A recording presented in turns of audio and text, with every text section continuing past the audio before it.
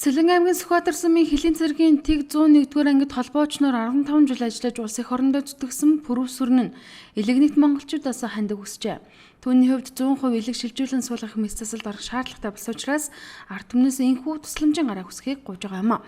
Пүрэв сүрэн гэхийн нэмэгтэй бий 2014 оны 12 дугаар сараас эхлэн муудаж Улаанбаатар хотод ирж элэгний хатуурласан өвчтөй болсноо мэдсэн байна. Тэрээр өвчтөй болсон хэдий чимчилгээнд явахын зэрэгцээ албарга өвцөн ч гэсэн хариуцлагатайгаар хийж ирсэн гинэ. Гэвч өнгөрсөн оны сүүлээр биеийн байдалд ордож нийслэлийн 1-р эмнэлэгт ирж үзүүлсэн ч элэг шилжүүлэн суулгахаас өөр аргагүй гэдэг хариултыг авсан байна. 2014 онд анх биеийн өвтгөд элэгний өвчлөлийн 2 дугаар шатанд явж байсан ч одоо 4 дугаар шат хүртлээр мууджээ. Одоогийн байдлаар хоолунд идэж уухад хүндрэлтэй болж үе үе илгээр хатаж өвддөг, унтаж чадахгүй зовиртой байна.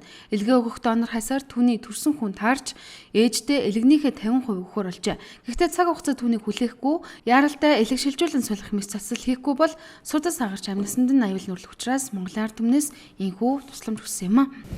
За эмчийн дүгнэлтээр бол даруй хугацаанд их шаардлагатай гэсэн дүгнэлт гарсан байгаа. Одоогоор бол хамгийн эхлээд юу хэрэгтэй вэ гэхээр бид нар донор хэрэгтэй байсан. Тэгээд миний хүү том хүү манадад донор болохоор болсон. Тэгээд шинжилгээг өгөөд одоо өнөөдөр дууссан. Тэгээд эцсийн хариу өнөөдөр гарсан. За 100% донор болох боломжтой гэсэн.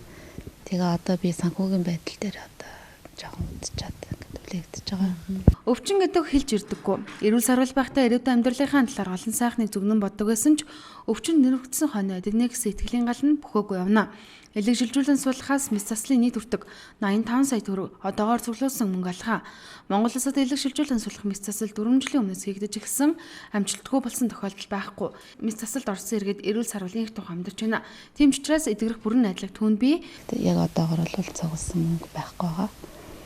Тэгээд хамт олонныхоо тусламжтайгаар Монголынхаа ард түмний тусламжтайгаар тэгээд хил хамгаалах байгууллагын нэрэн дор ажилладаг бүх хилчдийн маань тусламжид надад ирэх байх гэж бодож байна. Түүнд Сэлэн аймгийн Сүхбаатар сумын Хилийн цэргийн Тэг 101-р ангийнх нь болон түүний нөхрийн ажлын газар болох Хилийн цэргийн Тэг 243 дугаар ангид чадах хязгаараа тусалж дэмжихээ илэрхийлжээ.